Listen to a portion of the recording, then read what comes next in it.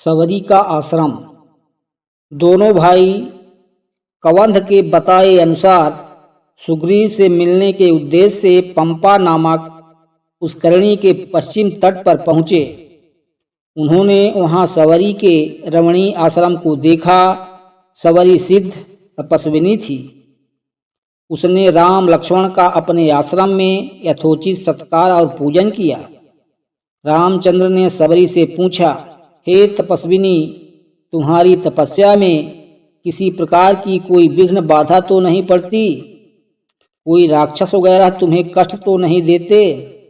राम के स्नेह युक्त शब्द सुनकर वृद्धा सवरी हाथ जोड़कर बोली, हे प्रभु, मेरे इस आश्रम में आपके पधारने से मेरी संपूर्ण तपस्या सफल हो गई।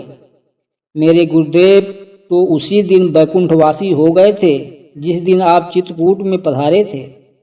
अपने अंतिम समय में उन्होंने ही आपके विषय में मुझे बताया था। उन्होंने कहा था कि मेरे आश्रम में आपके अतिथि रूप में आने के पश्चात आपके दर्शन करके मैं श्रेष्ठ एवं अक्षय लोकों में जा पाऊंगी। हे पुरुष सिंह, मैंने आपके लिए पंपा तट पर उत्पन्न होने वाले नाना प्रकार के मीठे और स्वादिष्ट फलों का संचय किया है। कृपया इन्हें ग्रहण करके मुझे कृतार्थ करें। राम और लक्ष्मण ने सवरी के जूठे बैर प्रेम भाव से ग्रहण किए। राम के द्वारा सवरी से उनके गुरुजनों के विषय में पूछने पर सवरी ने बताया, हे राम, यह सामने जो सघन वन दिखाई देता है वह मतंग वन है।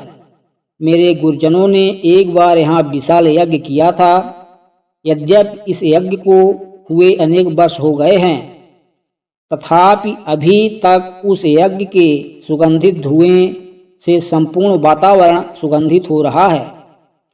यज्ञ के पात्र अभी भी यथास्थान पर रखे हुए हैं। हे प्रभु, मैंने अपने जीवन की सभी धार्मिक मनोकामनाएं पूरी कर ली है। केवल आपके दर्शनों की अभिलाषा शेष थी, वह आज पूरी हो गई है। अतः आप मुझे अनुमति दें कि मैं इस नश्वर शरीर का परित्याग करके उसी लोक में चली जाऊं जिस लोक में मेरे गुरुजन गए हैं।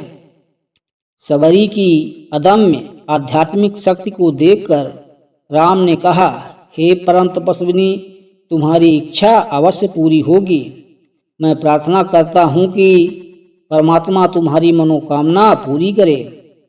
रामचंद्र जी का आशीर्वाद पाकर सवरी ने समाधि लगाई और अपने प्राण विसर्जित कर दिए। इसके पश्चात सवरी का अंतिम संस्कार करके दोनों भाई पंपा सरोवर पहुँचे। निकट ही पंपा नदी बह रही थी, जिसके तट पर नाना प्रकार के वृक्ष पुष्पों एवं पल्लवों से शोभायमान हो रहे थे।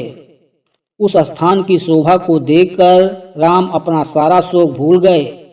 वे सुग्रीव से मिलने की इच्छा से पंपा के किनारे किनारे पुरी की ओर चलने लगे। दोस्तों, आगे का भाग देखने के लिए कृपया चैनल को लाइक और सब्सक्राइब कर लें।